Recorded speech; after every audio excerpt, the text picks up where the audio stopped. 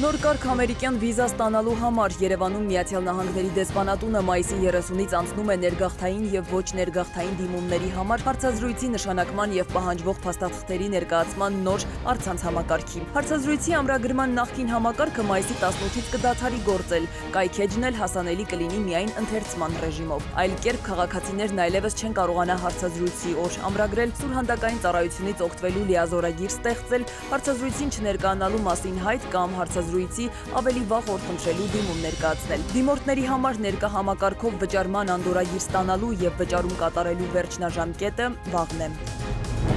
Զինվոր է մահացել ծառայության ժամանակ։ Պաշտպանության նախարարությունից հայտնում են, որ այսօր առավոտյան ժամը 10:30-ի սահմաններում դեռևս չպարզված հանգամանքներում հոսանքահարման հետևանքով մահացել է զինծառայող Կարեն Էդգարի Ավետիսյանը։ Դեպքի հանգամանքներն ամբողջովին պարզելու նպատակով ընթանում է քննություն։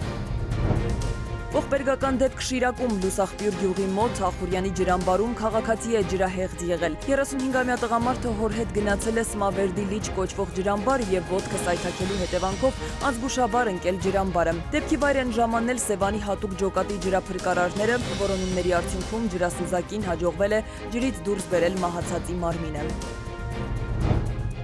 Մի խումբ բեռնափոխադրողներ ու կոնյակագործներ այսօր պաստառներով ակցիա են անցկացրել Վրաստանի դեսպանատան դիմաց։ Նրանք ցանկացել են հանդիպել Վրաստանի դեսպանին, պարզելու թե ինչու է Ռուսաստան կամ Մերձբալթյան երկրներ արտահանվող իրենց ալկոհոլային խմիչքները, հիմնականում կոնյակը, տարանցիկ երկրում Վրաստանում ստուգումների ենթարկվում։ Նրանք փորձել են պարզել, թե որն է բեռնատարներին օրերով կամ շաբաթներով պահելու, խմիչքը փորձաքննության ենթարկելու իմաստը, եթե ապրանքը Վրաստանում չի վաճառվելու։ Բողոքի մասնակիցներին ի վերջո դեսպանն ընդունել է եւ ասել, որ 2 օրվա ընթացքում իր երկրից պատասխան կստանա խնդրի մասին եւ կփոխանցի կոնյակագործներին։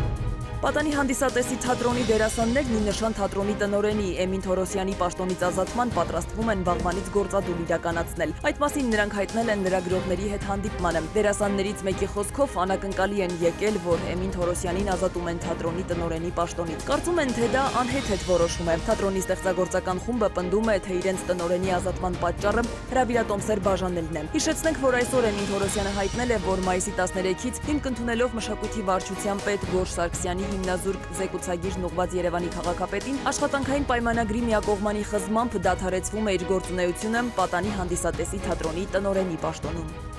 Սվետլանա Ավդիշյան, ժամը լրատվական։